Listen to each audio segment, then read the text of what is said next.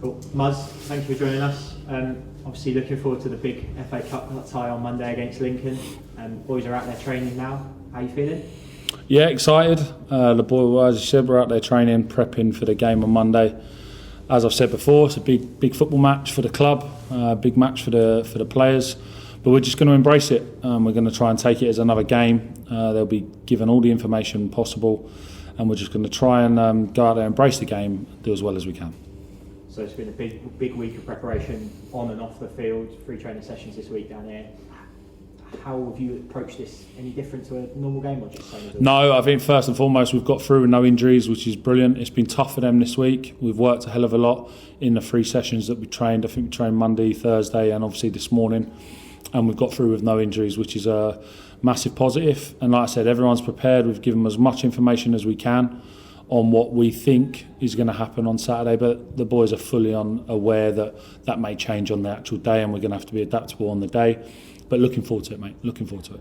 We go into this, granted in league action, but on a run of decent form, a couple of come from behind victories. How important is that run? We spoke about it after the Yeovil game, but we just needed to focus on the league for a couple of games and come back to this. Yeah, it's really important that, I've said before, it's really important that it showed our fitness levels. It showed us our never die attitude, that we'll always believe we can score late on in games. But what's important as well as a group, that we don't accept that we're going to keep going behind and keep getting back in it, because there'll be games where that doesn't happen and you give yourself too much to claw back. And that's something that we can't afford to do on Monday night, is go out there and start slow.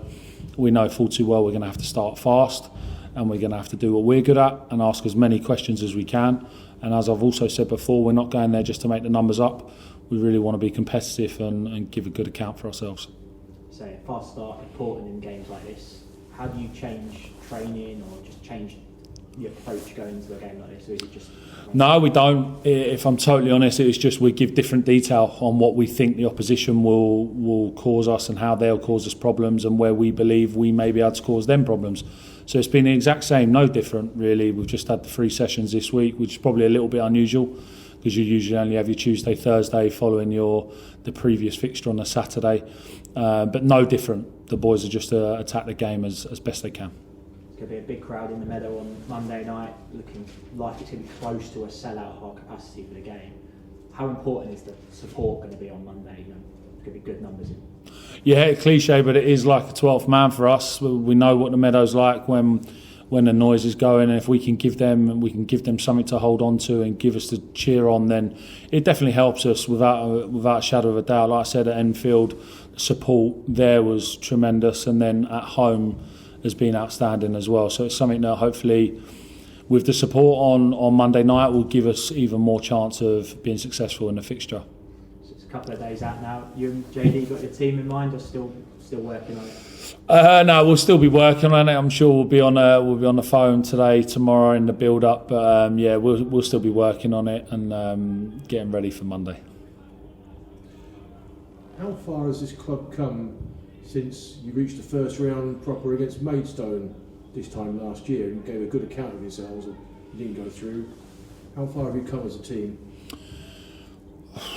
Miles, massive. I think we've signed 7 or 8 over the summer, and all 7 or 8 have been real huge additions. Obviously going up the league as well, winning the league last year, going into the Conference South, it was always going to give us some challenges. But I think everyone sees that we're capable of where we are in the league, and we're probably a little bit disappointed at some fixtures and some appearances. We probably haven't got to the heights that we expect. But yeah, from last year's FA Cup game where we played Maidstone, which I thought we started really well in the fixture, and unfortunate not to go in front.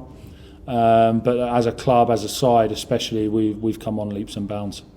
When you and JD first arrived here 5 years ago, I think the home gate here, your first game was about 230 or something, something of that order.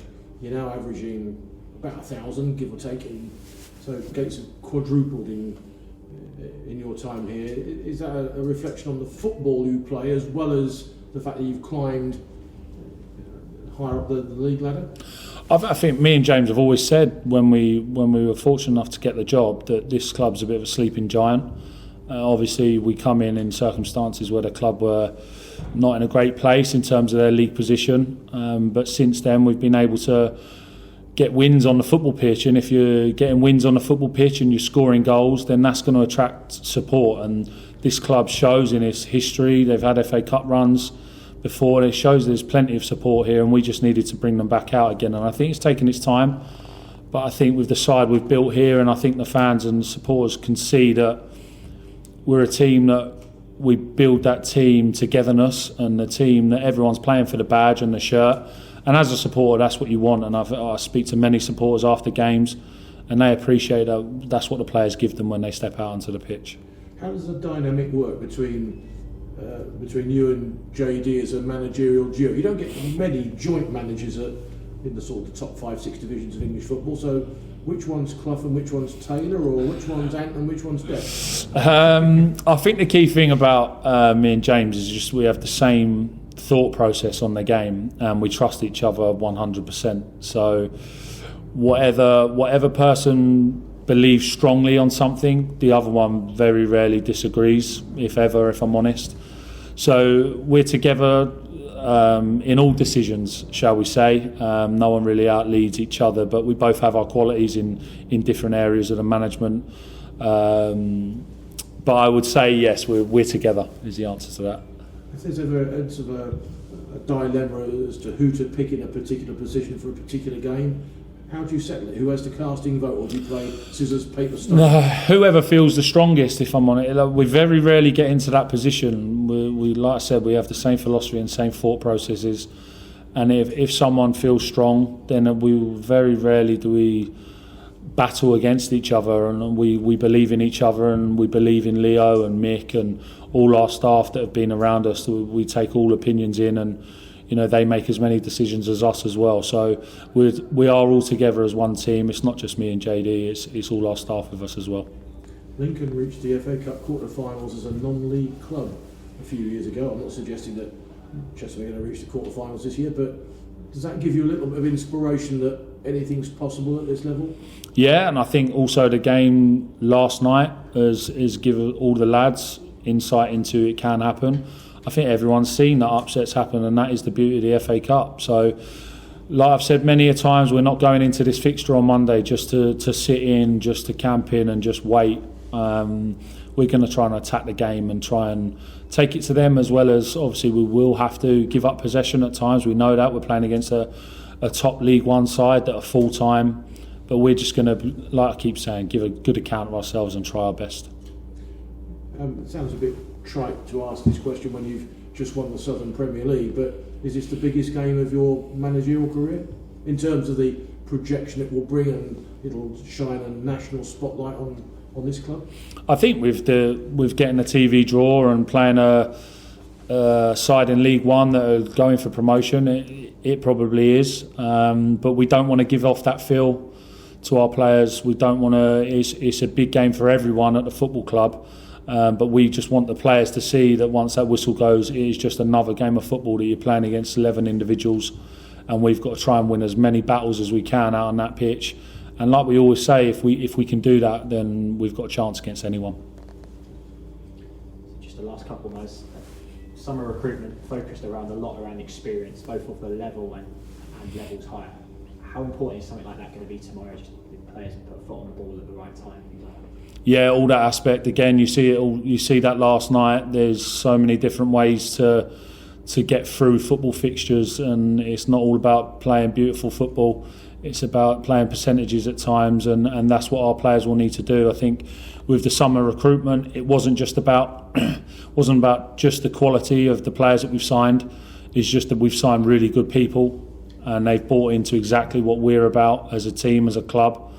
And they've really just come along with the wave of what we are doing as a team, and their experience and their attributes will be massive tomorrow. But just as the same as the lads that have been here with us and are stepping into the game also. And then obviously just on the live TV side, how important is the experience of some of the players that have played in those games before? Obviously Granty's had a game with Bracknell, and same with Lodgy, and Connor Stevens for Boreham Wood against Everton. How important is that? Just I guess Monday night, just to give them something different to a normal game?